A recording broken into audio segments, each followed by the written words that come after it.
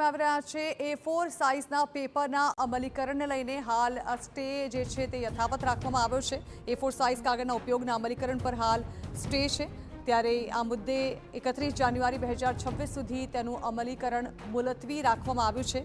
ત્યારે ગુજરાત હાઈકોર્ટના રજિસ્ટ્રાર જનરલે આ અંગે પરિપત્ર કર્યો છે। A4 સાઇઝના કાગળના ઉપયોગના અમલીકરણ પર હાલ સ્ટે જે છે તે મુલતવી રાખવાની જાહેરાત કરવામાં આવી છે।